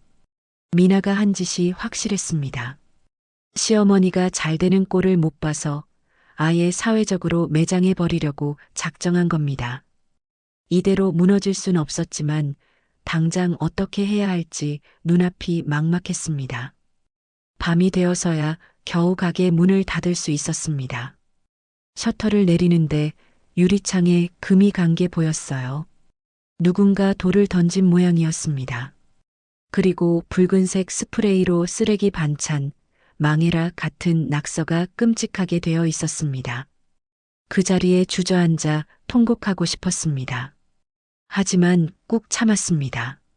이를 악물고 참았습니다. 집으로 돌아가는 골목길, 참았던 눈물이 하염없이 흘러내렸습니다. 세상이 온통적이 된 것 같은 밤이었습니다. 다음 날 아침 무거운 공기가 가게 안을 짓눌렀습니다. 미영이가 차마 입이 떨어지지 않는지 한참을 머뭇거리다 무겁게 입을 열었습니다. 어르신 정말 죄송하지만 가게 문을 잠시 닫아야 할 것 같아요. 그 말이 마치 사형 선고처럼 들렸습니다. 문을 닫는다니? 갑자기 그게 무슨 소리야? 조금 전에 구청 위생과에서 연락이 왔어요. 악성 민원이 접수돼서 내일 당장 조사를 나온대요. 조사라니? 우리가 무슨 죄를 지었다고 조사를 받아? 인터넷에 올라온 그 글 때문에요. 쓰레기로 반찬을 만든다는 신고가 들어간 거예요. 준호가 죄인처럼 고개를 푹 숙이며 주먹을 꽉 쥐었습니다. 옆에 앉아있던 순애 형님의 손이 파르르 떨렸어요. 그럼 우리는 어떻게 되는 거야? 일단 조사가 끝나고 무혐의가 밝혀질 때까지는 영업 정지예요. 죄송해요, 어르신들. 미영이가 울먹이며 대답했습니다. 할머니들의 얼굴에 드리운 짙은 그늘을 보니 가슴이 미어지는 것 같았습니다. 다 저 때문이었습니다. 제가 욕심을 부려서 주제넘게 가게를 연 탓에 죄 없는 사람들까지 벼랑 끝으로 내몰고 말았어요. 미안해, 다 내가 못난 탓이야. 나 때문에 자네들까지 이게 무슨 꼴이야. 제가 고개를 숙이자 눈물이 바닥으로 툭툭 떨어졌습니다. 아니에요. 어르신 잘못이 절대 아니에요. 그 나쁜 사람들이 문제인 거죠. 준호가 소리쳤지만 그 어떤 말도 위로가 되지 않았습니다. 결국 굳게 닫힌 셔터를 내렸습니다. 철컹하고 내려가는 쇠문 소리가 제 심장을 짓누르는 것만 같았어요. 집으로 돌아와 떨리는 손으로 핸드폰을 꺼냈습니다. 지푸라기라도 잡는 심정으로 며느리 미나의 번호를 눌렀어요. 뚜뚜뚜. 신호가 가는가 싶더니 기계적인 음성이 흘러나왔습니다. 고객님의 요청에 의해 수신이 차단되었습니다. 수신 거부였습니다. 제 번호를 아예 차단해버린 겁니다. 오기가 생겨 이번에는 아들 성준이에게 전화를 걸었습니다. 하지만 신호음은 길게 이어지는데 받지를 않았습니다. 성준아, 제발 엄마 전화 좀 받아라. 엄마가 할 말이 있어. 제발. 목이 메어 목소리가 나오지 않았습니다. 다시 걸고 또 다시 걸었지만 아들은 끝내 받지 않았습니다. 야속한 전화기를 집어 던지고 싶었습니다. 답답해서 주먹으로 가슴을 퍽퍽 쳤습니다. 도대체 왜 이러는 거야? 내가 너희들한테 뭘 그렇게 잘못했니? 방바닥을 치며 통곡했지만 돌아오는 건 싸늘한 침묵뿐이었습니다. 밤이 깊어가도 잠을 이룰 수가 없었습니다. 억울해서 분해서 피가 거꾸로 솟는 것 같았죠. 낡은 노트북을 켜고 더듬더듬 자판을 두드리기 시작했습니다. 저는 시골 반찬 도시락을 운영하는 유정순입니다. 최근 저희 가게에 대한 악의적인 글은 모두 거짓입니다. 저는 평생 자식 먹인다는 마음으로 정성껏 음식을 만들었습니다. 절대 쓰레기를 쓰지 않았습니다. 손가락이 덜덜 떨려 오타가 계속 났지만 멈출 수 없었습니다. 제 명예를 걸고 맹세합니다. 억울합니다. 제발 믿어주세요. 간절한 마음을 담아 글을 올렸습니다. 하지만 사람들의 반응은 냉담하다 못해 잔인했습니다. 증거도 없으면서 감성팔이 그만하세요. 변명할 시간에 환불이나 해주쇼. 결국 화면을 덮어버리고 고개를 떨궜습니다. 며칠이 지옥처럼 지났습니다. 미영이에게서 힘없는 목소리로 전화가 걸려왔어요. 어르신 안 좋은 소식이에요. 복지관에서도 이번 일 때문에 후원을 끊겠대요. 논란이 있는 곳이랑 엮이기 싫다네요. 그래, 결국 그렇게 됐구나. 어르신, 너무 낙담하지 마세요. 제가 다른 방법을 찾아볼게요. 우리 아직 포기하지 말아요. 네. 고마워, 미영아. 정말 고마워. 전화를 끊었지만 눈앞이 캄캄했습니다. 더 이상 물러설 곳이 없었습니다. 이대로 주저앉아 죽을 날만 기다릴 수는 없었어요. 그날 오후 무작정 성준이네 아파트로 향했습니다. 내 눈으로 직접 보고 따져야겠습니다. 아파트 입구 차단기 앞에 섰습니다. 경비원이 저를 막아섰어요. 처음 보는 낯선 젊은 경비원이었습니다. 할머니, 어디 가세요? 여기 외부인 출입 금지입니다. 저기 502호에 사는 제 아들을 만나러 왔어요. 아, 502호요? 그 집에서 특별 지시가 있었어요. 잡상인이랑 노인네들 오면 절대 들여보내지 말라고요. 특히 할머니는 면회사절이랍니다. 뭐라고요? 내가 잡상인이에요? 내가 그 집 엄마라고요. 내 아들 집에도 못 가요? 죄송합니다. 저희는 시키는 대로 할 뿐이라서요. 돌아가세요. 경비원이 단호하게 고개를 저으며 밀어냈습니다. 기가 막혔지만 싸울 힘도 없었습니다. 입구 화단턱에 쭈그리고 앉아 기다리기 시작했습니다. 1시간, 2시간 찬 바람이 뼛속까지 파고들었지만 꼼짝도 하지 않았습니다. 해가 지고 어둠이 깔리기 시작했습니다. 멀리서 헤드라이트 불빛이 비치며 낯익은 차 한 대가 들어왔습니다. 성준이 차였습니다. 성준아. 제가 벌떡 일어나 달려갔습니다. 차 앞을 가로막고 섰어요. 끼익 소리를 내며 차가 멈춰섰습니다. 엄마. 운전석에 앉은 성준이의 얼굴이 보였습니다. 괴롭고 당황스러운 표정이었어요. 조수석에는 미나가 타고 있었습니다. 여보, 문 열어주지 마. 그냥 무시하고 가. 빨리. 미나가 악을 쓰며 소리치는 게 차밖까지 들렸습니다. 성준아, 문 좀 열어봐. 엄마가 할 말이 있어. 제발 내 말 좀 들어봐. 제가 창문을 두드리며 애원했습니다. 엄마는 억울하다. 네가 오해하는 거야. 성준이가 저를 쳐다보더니 괴로운 듯 고개를 획 돌려버렸습니다. 그리고는 엑셀을 밟았습니다. 성준아, 안 돼. 성준아. 차가 제 옷깃을 스치며 쌩하니 지나갔습니다. 지하 주차장 입구로 사라지는 빨간 미등을 보며 다리에 힘이 풀렸습니다. 그 자리에 철퍼덕 주저앉고 말았습니다. 숨이 막혀 죽을 것만 같았습니다. 자식이 부모를, 그것도 늙은 어미를 저렇게 매몰차게 버리고 가다니요. 저 할머니 뭐야? 미쳤나 봐. 남의 차 앞을 막고 행패네. 지나가는 사람들이 손가락질하며 수군댔지만 들리지도 않았습니다. 일어나야 하는데 다리가 말을 듣지 않았습니다. 그때 누군가 다급하게 뛰어왔습니다. 아니, 할머니, 여기서 왜 이러고 계세요? 경비원 김씨 아저씨였습니다. 제가 걱정돼서 퇴근도 안 하고 보고 있었나 봅니다. 아저씨, 우리 성준이가 내 아들이. 다 봤습니다. 제가 다 봤어요. 천하의 불효막심한 자식들 같으니라고. 김씨 아저씨가 씩씩거리며 제 팔을 잡아 일으켜 세웠습니다.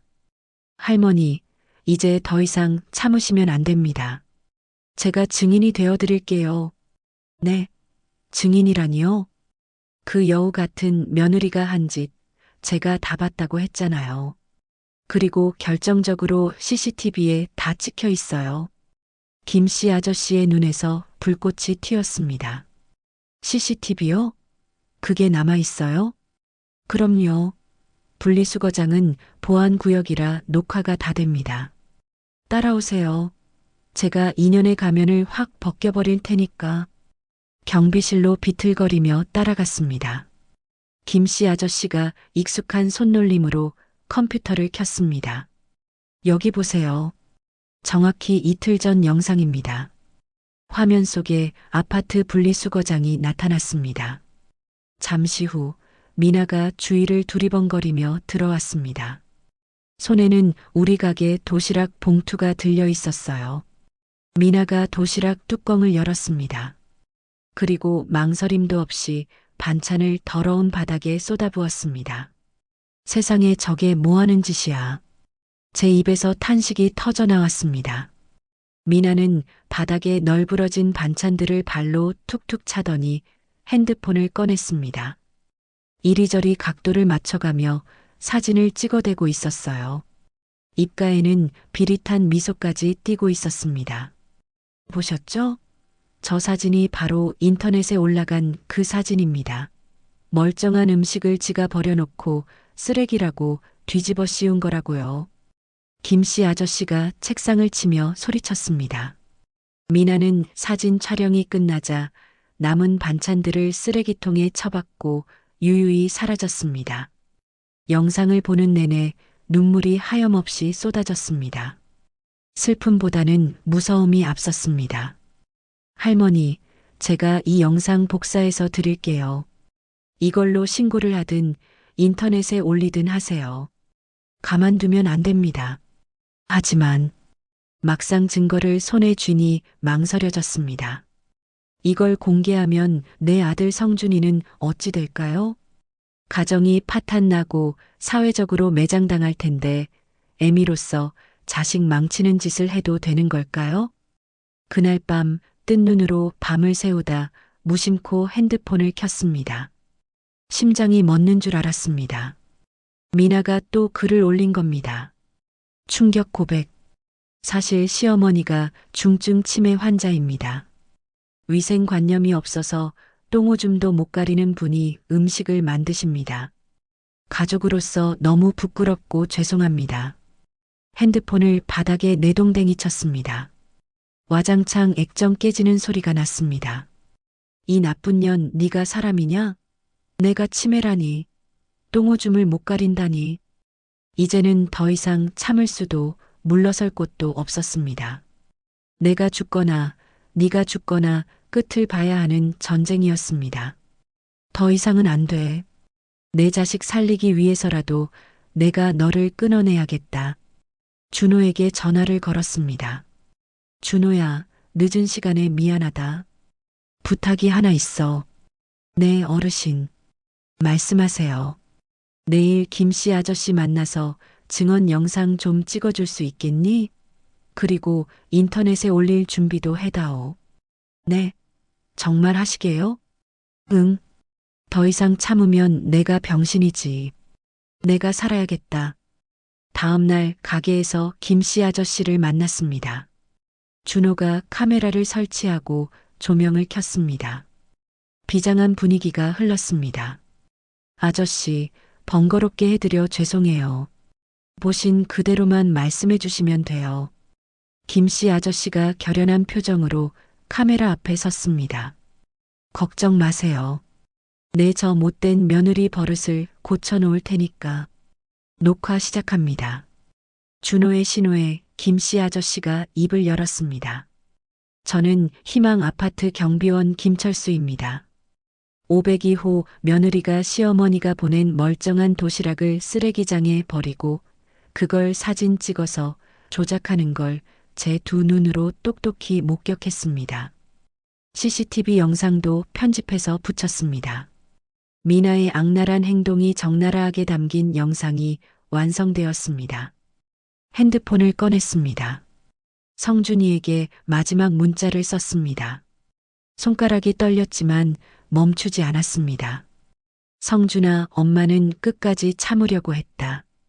하지만 이제는 돌이킬 수가 없구나. 진실을 알게 되면 네가 많이 아프겠지만 엄마를 용서해라. 전송 버튼을 눌렀습니다. 준호가 영상 업로드 화면을 띄워놓고 저를 바라봤습니다. 어르신, 정말 올릴까요? 이거 올라가면 파장이 클 거예요. 저는 눈을 질끈 감았습니다. 성준이의 얼굴과 미나의 비웃는 얼굴이 교차했습니다. 응, 올려라. 이제 끝을 보자. 준호의 손가락이 마우스를 눌렀습니다. 딸각. 가벼운 클릭 소리와 함께 저는 건널 수 없는 강을 건넜습니다. 이제 세상이 뒤집어질 차례였습니다. 영상을 올린 바로 다음 날 아침이었습니다. 아직 가게 문을 열기도 전인데 준호가 다급하게 전화를 걸어왔습니다. 목소리가 얼마나 흥분해 있는지 전화기 너머로도 쩌렁쩌렁 울렸습니다. 어르신, 지금 난리가 났어요. 댓글 좀 보세요. 떨리는 손으로 핸드폰을 켜고 화면을 확인하는 순간 제 눈을 의심했습니다. 댓글이 수천 개가 넘게 달려 있었어요. 세상에 이게 진실이었네요. 며느리가 미쳤네, 미쳤어. 하나하나 읽어 내려가는데 주체할 수 없이 눈물이 흘러내렸습니다. 가슴속에 맺혀있던 응어리가 한순간에 녹아내리는 것 같았어요. 어르신, 들리세요? 사람들이 다 알아줬어요. 진실은 통한다니까요. 준호의 들뜬 목소리에 저도 모르게 고개를 끄덕였습니다. 가게로 달려가니 미영이가 문 앞에서 저를 기다리고 있다가 환하게 웃으며 맞아주었습니다. 어르신, 주문 문의가 빗발쳐요. 다들 응원한다고 도시락 꼭 사 먹겠다고 난리예요. 정말이니? 네. 사과 메시지도 엄청 많이 와요. 어르신 억울함 다 풀렸어요. 가게 전화기가 쉴 새 없이 울려댔습니다. 미영이가 신나게 수화기를 들었습니다. 네, 시골 반찬 도시락입니다. 네, 감사합니다. 네, 곧 영업 재개할 예정이에요. 조금만 기다려주세요. 미영이의 밝은 목소리가 가게 안을 가득 채웠습니다. 그날 저녁 성준이네 아파트에서는 살벌한 정적이 흘렀습니다. 퇴근하고 돌아온 성준이가 소파에 앉아 굳은 얼굴로 핸드폰 영상을 보고 있었어요. 화면 속에서 미나가 엄마의 도시락을 바닥에 패대기 치고 쓰레기 취급하는 모습이 생생하게 재생되고 있었습니다. 이게 도대체 뭐야? 성준이의 손이 부들부들 떨렸습니다. 믿을 수 없는 광경에 숨이 막혀왔습니다. 그때 미나가 방에서 나왔습니다. 성준이가 벌떡 일어나 소리쳤습니다. 김미나. 미나가 깜짝 놀라 뒷걸음질 쳤습니다. 왜 그래? 깜짝 놀랐잖아. 이게 대체 뭐냐고 묻잖아. 성준이가 핸드폰 화면을 미나 눈앞에 들이밀었습니다. 화면을 본 미나의 얼굴이 순식간에 흑빛으로 변했습니다. 그게 엄마가 새벽부터 잠 설쳐가며 만든 음식을 이렇게 쓰레기처럼 버렸어? 그것도 모자라서 사진까지 찍어서 인터넷에 올려? 네가 사람이야? 당신 엄마가 너무 집착해서 그랬잖아. 숨 막혀서 그랬다고. 미나가 되레 악을 쓰며 대들었습니다. 집착? 엄마가 언제 너한테 집착을 했어? 집에 들어오지도 않으시고 반찬 가져다 준 게 집착이야? 그게 숨 막힐 일이야? 귀찮았다고. 냄새나고 냉장고 자리 차지하고 짜증나 미치겠는데 어쩌라고. 그렇다고 이렇게까지 해야 해? 엄마 가게까지 망하게 하려고 거짓말로 사람들을 선동해? 그게 인간이 할 짓이야? 성준이의 목소리가 복도까지 쩌렁쩌렁 울렸습니다. 나도 홧김에 그랬어. 당신은 내 마음 몰라. 미나가 꼬리를 내리며 말끝을 흐렸습니다. 화가 나면 시어머니를 사회적으로 매장시켜도 되는 거야? 사람을 이렇게 무참하게 짓밟아도 되는 거냐고. 당신은 맨날 어머님 편만 들잖아. 내 편은 한 번도 안 들어주고. 그게 잘못이야? 내 엄마잖아. 나 낳아주신 어머니잖아. 성준이가 답답함에 머리를 쥐어뜯었습니다. 우리 엄마가 이 사실을 알고 얼마나 상처받았을지 생각 안 해봤어? 얼마나 피눈물을 흘렸을지 짐작이나 가냐고. 성준이가 털썩 바닥에 주저앉았습니다. 억장이 무너져 내리는 것 같았습니다. 나는 네가 싫어하는 줄은 알았지만 이 정도일 줄은 꿈에도 몰랐어. 그래서 엄마한테 반찬 그만 보내라고 내가 싫다고 거짓말까지 했는데. 성준이의 눈에서 굵은 눈물이 뚝뚝 떨어졌습니다. 네가 뒤에서 이렇게 악질적으로 엄마 마음을 난도질하고 있었다니. 내가 미친놈이지. 내가 등신이지. 미안해. 내가 좀 심했어. 미나가 기어 들어가는 목소리로 말했습니다. 미안해? 그 말 한마디로 퉁칠 수 있을 것 같아? 이미 엎질러진 물이야. 성준이가 비틀거리며 일어났습니다. 엄마가 쓰레기장에 버려진 반찬 보면서 무슨 생각했을까? 그게 다 자식 사랑이었는데 나는 그걸 쓰레기로 만들었어. 성준이가 떨리는 손으로 핸드폰을 꺼내 엄마에게 전화를 걸었습니다. 제 핸드폰 벨소리가 적막한 방 안에 울려 퍼졌습니다. 성준이었습니다. 한참을 망설이다 수화기를 들었습니다. 여보세요. 엄마. 성준이의 목소리였습니다. 잔뜩 물기를 머금은 울고 있는 목소리였습니다. 엄마 미안해요. 정말 미안해요. 제가 죽일 놈이에요. 목이 메어 아무 말도 나오지 않았습니다. 엄마가 얼마나 힘들었을지, 그동안 얼마나 외롭고 서러웠을지 생각만 해도 가슴이 찢어져요. 내가 잘못했어요.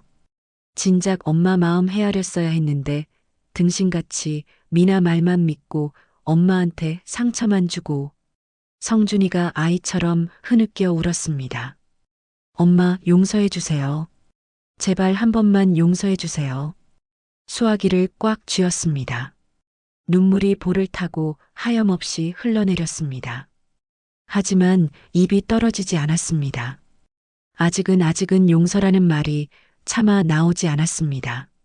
엄마, 성준이의 애끓는 울음소리만 허공에 맴돌았습니다. 조용히 전화를 끊었습니다. 며칠이 지났습니다. 가게 영업 정지가 풀리고 다시 문을 열었습니다. 분주한 오후 시간이었습니다. 가게 문이 벌컥 열리더니 누군가 들어왔습니다. 미나였습니다. 어서 오세요. 인사하던 미영이가 멈칫했습니다. 미나의 몰골은 말이 아니었습니다. 며칠 새 얼굴은 반쪽이 되었고 머리는 산발을 하고 있었습니다. 눈에는 도끼가 서려 있었죠. 어머님, 미나가 고래고래 소리를 질렀습니다. 주방에서 일하던 직원들이 모두 놀라하던 일을 멈췄습니다. 다 어머님 때문이에요. 어머님이 내 인생 다 망쳤어요. 당장 나가라. 제가 차갑고 단호하게 말했습니다. 회사에서 잘렸어요. 사람들이 다 나만 보면 손가락질하고 수군거려요. 밖에 나갈 수도 없게 됐다고요. 이게 다 누구 때문인데요? 누구 때문이긴 네가 자초한 일이지. 뿌린 대로 거둔 거다. 전 그냥 좀 쉬고 싶었을 뿐이라고요. 어머님이 자꾸 눈치 없이 반찬 보내고 간섭해서 스트레스 받아서 그랬다고요. 네가 버린 건 고작 반찬이 아니야. 제가 주방에서 나와 미나를 똑바로 쳐다봤습니다. 서슬 퍼런 눈빛에 미나가 움찔했습니다. 너는 네 복을 제 발로 차버린 거야. 그리고 천륜을 저버린 죄, 평생 짊어지고 살아야 할 거다. 미나의 얼굴이 하얗게 질려 뒷걸음질 쳤습니다. 그때 성준이가 숨을 헐떡이며 뛰어들어왔습니다. 김미나. 성준이가 미나의 팔을 거칠게 잡아챘습니다. 여기서 뭐 하는 거야? 가자. 엄마한테 더 이상 행패 부리지 마. 이거 나. 당신이 뭔데 나한테 이래? 남편이면 내 편을 들어야지. 나는 이제 내 남편 안 해. 이혼할 거야. 성준이가 차갑게 내뱉었습니다. 뭐? 이혼? 변호사 선임했어. 소송 준비 다 끝났다고. 위자료 청구도 할 거야. 당신 미쳤어? 고작 반찬 때문에 이혼을 해? 아니, 네 인성이 바닥이라서 하는 거야. 어떻게 사람을 그렇게 괴롭혀? 넌 괴물이야. 성준이가 발버둥 치는 미나를 끌고 밖으로 나갔습니다. 가게 안에는 폭풍이 지나간 듯한 정적이 흘렀습니다. 다음 날부터 성준이가 가게에 왔습니다. 양복 대신 허름한 티셔츠를 입고 왔더군요. 엄마, 제가 일 좀 도와드릴게요. 저 오늘부터 여기서 일할래요. 회사 안 가고? 회사 휴직했어요. 당분간 여기서 엄마 도우면서 속죄할게요. 받아주세요. 성준이가 묵묵히 앞치마를 둘렀습니다. 어색하고 불편했지만 말리지는 않았습니다. 성준이는 정말 열심히 일했습니다. 설거지도 도맡아 하고 무거운 짐도 척척 날랐습니다. 청소도 땀을 뻘뻘 흘리며 했습니다. 성준 씨, 여기 쌀 포대 좀 옮겨줘요. 순애 형님이 부르자 성준이가 쏜살같이 달려갔습니다. 네, 할머니. 금방 갑니다. 며칠이 지났습니다. 성준이의 등판에 땀이 흥건하게 배어 있었습니다. 직원들이 다 돌아가고 성준이와 저만 남았죠. 성준아, 잠깐만. 네, 엄마. 주방 식탁에 김 모락모락 나는 따뜻한 밥상을 차려놓았습니다. 성준이가 좋아하는 소고기 장조림과 파김치도 꺼내놓았죠. 저녁 먹고 가라. 엄마. 성준이의 눈시울이 붉어졌습니다. 국그릇을 성준이 앞으로 슬그머니 밀어주었습니다. 식기 전에 어서 들어라. 감사합니다. 잘 먹겠습니다. 성준이가 떨리는 손으로 숟가락을 들었습니다. 국물을 한 숟가락 떠서 입에 넣자마자 눈물이 뚝 하고 국그릇에 떨어졌습니다. 맛있어요. 엄마 밥이 제일 맛있어요. 성준이가 밥을 먹는 건지 눈물을 먹는 건지 모르게 울면서 밥을 삼켰습니다. 그 모습을 지켜보는데 제 가슴 속 얼음장 같던 응어리가 눈 녹듯 스르르 풀리는 것 같았습니다. 자식이 우는데 부모가 어떻게 끝까지 매정할 수 있겠습니까? 시간이 흘렀습니다. 가게는 예전보다 더 활기를 되찾았습니다. 어느 날 저녁 마감을 하고 있는데 성준이가 진지한 표정으로 말을 꺼냈습니다. 엄마, 저 회사 사표 냈어요. 뭐? 사표를? 왜? 저 여기서 엄마 계속 도와드리고 싶어요. 엄마 손맛 이어서 기업으로 만들고 싶어요. 저 받아주실 거죠? 정말이니? 후회 안 하겠어? 네. 여기가 제가 있어야 할 진짜 제자리 같아요. 엄마 옆이요. 성준이가 쑥스러운 듯 웃었습니다. 그럼 가게 이름부터 바꿔야겠네. 이름이요? 뭘로요?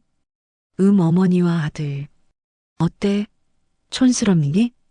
아니요. 너무 좋아요, 엄마. 진짜 최고예요. 며칠 뒤 가게 간판을 바꿔 달았습니다. 어머니와 아들. 나란히 서서 새 간판을 올려다보며 성준이와 마주보고 웃었습니다. 지난날의 모진 아픔이 있었기에 지금 이 순간이 더 소중하고 감사하게 느껴졌습니다. 우리는 그렇게 진짜 가족으로 다시 시작하고 있었습니다. 지루하고 고통스러웠던 이혼 소송이 드디어 끝났습니다. 법원을 나오는 성준이의 얼굴이 그 어느 때보다 홀가분해 보였습니다. 마치 10년 묵은 체증이 내려간 듯 편안해진 아들이 제 곁으로 완전히 돌아왔습니다. 성준이가 제 손을 꼭 잡으며 말했습니다. 엄마, 우리 서울 떠나요. 시골로 가서 살아요. 시골이라니? 갑자기 그게 무슨 소리니? 여기서 계속 살면 엄마도 저도 자꾸 안 좋은 기억만 떠오를 것 같아요. 아무도 우리 모르는 곳, 조용하고 공기 좋은 곳에서 새로 시작해요. 성준이의 눈빛이 그 어느 때보다 단단했습니다. 저는 아들의 손을 맞잡으며 고개를 끄덕였습니다. 그래, 좋다. 네가 가자면 어디든 가야지. 우리는 서울을 떠나 한적한 시골 마을에 자그마한 집을 하나 장만했습니다. 화려하진 않지만 넓은 마당이 있고 볕이 잘 드는 아담한 단층 집이었습니다. 이삿짐을 풀고 마당에 서서 숨을 크게 들이마셨습니다. 매연 냄새 대신 흙냄새와 풀내음이 가슴 깊이 들어왔습니다. 엄마, 여기 어때요? 마음에 드세요? 좋네. 공기도 맑고 햇살도 따뜻하고 딱 내 집 같다. 우리는 짐을 정리하자마자 다시 가게를 열었습니다. 대문 옆에 어머니와 아들이라는 간판을 새로 달았죠. 깨끗하게 닦인 간판이 햇빛을 받아 반짝거렸습니다. 가게도 금세 자리를 잡았습니다. 인터넷 주문을 받아서 택배로 보내는 방식이라 시골이라도 상관없었죠. 오히려 공기 좋은 곳에서 만든다고 소문이 나서 주문이 더 늘었습니다. 엄마, 오늘 주문 30개 들어왔어요. 어제보다 더 많아요. 그래. 그럼 꾸물거릴 시간 없네. 부지런히 만들어야겠다. 주방에서 제가 지글지글 반찬을 만들면 성준이는 옆에서 척척 포장을 했습니다. 손발이 척척 맞는 게 이제는 눈빛만 봐도 통하는 사이가 됐죠. 더할 나위 없이 평화로운 일상이었습니다. 어느 화창한 주말이었습니다. 마당에 차 들어오는 소리가 들리더니 왁자지껄한 소리가 났습니다. 어르신, 저희 왔어요. 미영이의 맑은 목소리였습니다. 준호도 양손 가득 짐을 들고 내렸습니다. 어머, 미영아. 준호야. 먼 길 오느라 고생했다. 버선발로 뛰어나가 그들을 맞이했습니다. 할머니, 저도 왔습니다. 운전석에서 경비원 김씨 아저씨가 사람 좋은 웃음을 지으며 내리셨습니다. 아이고, 김씨 아저씨까지. 다들 어떻게 온 거예요? 보고 싶어서 왔죠. 어르신 없는 서울은 안고 없는 찐빵이라니까요. 준호가 너스레를 떨며 고기 봉지를 들어 보였습니다. 오늘 회식은 여기서 하는 겁니다. 고기 엄청 좋은 놈으로 끊어왔어요. 마당 한가운데에 화로를 놓고 불을 피웠습니다. 석쇠 위에 두툼한 목살을 올리자 치익 소리와 함께 고소한 냄새가 퍼졌습니다. 와, 이 공기 진짜 좋다. 서울이랑은 차원이 다르네요. 준호가 두 팔을 벌려 기지개를 켰습니다. 그러게요. 여기 와서 숨만 쉬어도 힐링이 되는 것 같아요. 어르신 얼굴도 훨씬 좋아지셨어요. 미영이가 제 얼굴을 살피며 웃었습니다. 할머니, 건강하게 지내시죠? 무릎은 좀 어떠세요? 김씨 아저씨가 소주잔을 채우며 물었습니다. 그럼요. 마음이 편하니까 몸 아픈 줄도 모르겠어요. 다 여러분 덕분이에요. 노릇노릇 익어가는 고기를 사이에 두고 이야기꽃을 피웠습니다. 마당 가득 웃음소리가 울려 퍼졌습니다.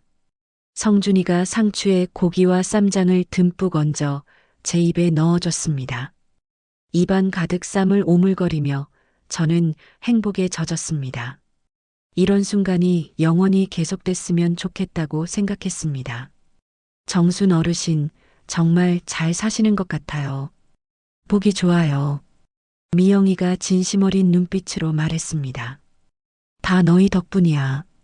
너희가 아니었으면 나는 벌써 무너졌을 거야. 에이, 아니에요. 어르신이 포기하지 않고 버티셨으니까 가능한 일이죠. 맞아요. 어르신이 진짜 대단하신 거예요. 저희는 숟가락만 얹은 거죠. 준호가 엄지손가락을 치켜 세웠습니다. 해가 뉘엿뉘엿 지고 아쉬운 작별 시간이 되었죠. 조심히들 올라가. 운전 조심하고. 네, 어르신. 다음에 또 놀러 올게요. 건강하세요.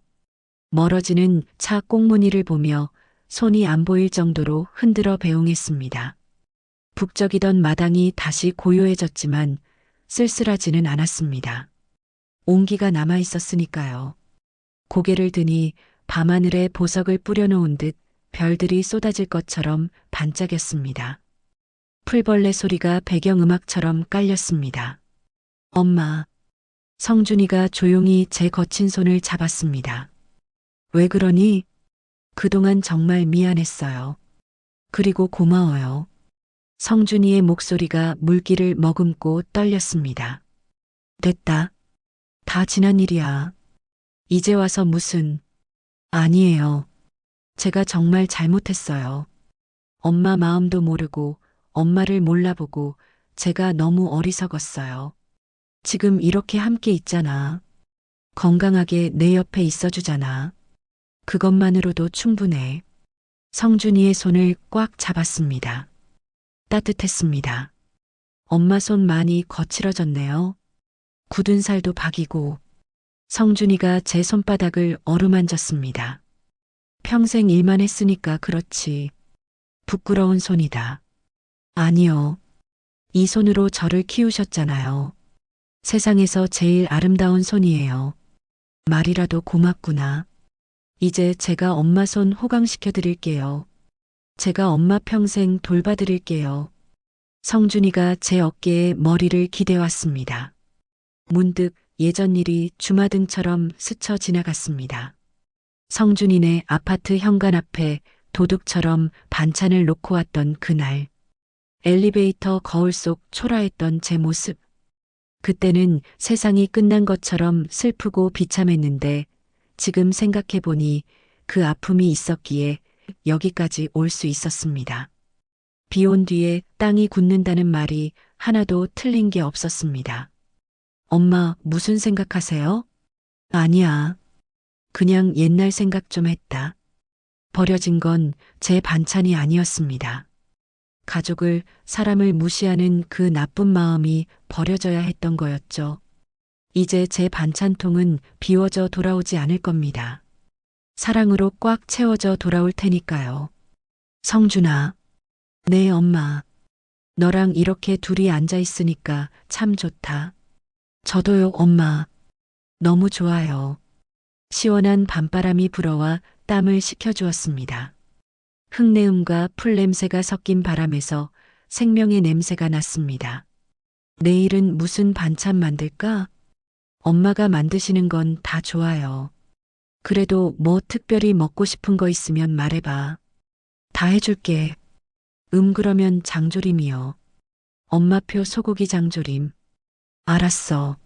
내일 새벽같이 일어나서 맛있게 졸여줄게. 가슴이 설렜습니다. 내일 아침 일찍 일어나 보글보글 장조림을 만들 생각을 하니 벌써부터 신이 났습니다. 사랑이 담긴 음식은 절대 버려지지 않습니다. 돌고 돌아 결국 따뜻한 마음으로 기적으로 돌아온다는 걸 이제는 압니다. 내일도 분명 좋은 하루가 될 거예요. 아침에 눈 뜨면 텃밭에 나가 목마른 채소들에게 물을 주고요. 구수한 냄새 풍기며 장조림을 만들어 성준이랑 마주 앉아 아침을 먹을 거예요. 그리고 전국 각지에서 주문 들어온 반찬들을 정성껏 만들어 포장해서 보내겠죠. 저녁에는 또 성준이랑 마당에 앉아 도란도란 이야기를 나누다가 잠이 들 겁니다. 이렇게 평범하고 소소한 일상이 오래오래 계속되면 좋겠습니다. 제 요리는 이제 더 이상 천덕꾸러기가 아닙니다. 많은 사람들의 식탁에 올라가 배를 채우고 마음을 채우는 사랑을 전하는 메신저가 됐으니까요. 된장 냄새, 마늘 냄새가 깊이 밴 제 손을 가만히 펴보았습니다. 이제는 이 냄새가 부끄럽지 않습니다. 오히려 자랑스럽습니다. 이 투박한 손으로 내 아들 성준이를 키워냈고요. 이 손으로 수많은 사람들을 먹이고 살렸으니까요. 내일도 저는 이 손으로 부지런히 음식을 만들 겁니다. 제 온 마음과 정성을 다해서요. 그게 제가 할 수 있는 유일한 일이고 가장 잘하는 일이니까요. 누군가 나를 필요로 한다는 것, 내가 만든 음식이 누군가에게 위로가 된다는 것, 그것이 얼마나 소중한 일인지 이제야 알게 되었습니다. 거절당했던 그 순간이 있었기에 오늘의 행복도 있을 수 있었습니다. 이야기를 끝까지 들어주신 분이 계시다면 잘 들었다고 댓글 하나만 남겨주세요. 감사합니다.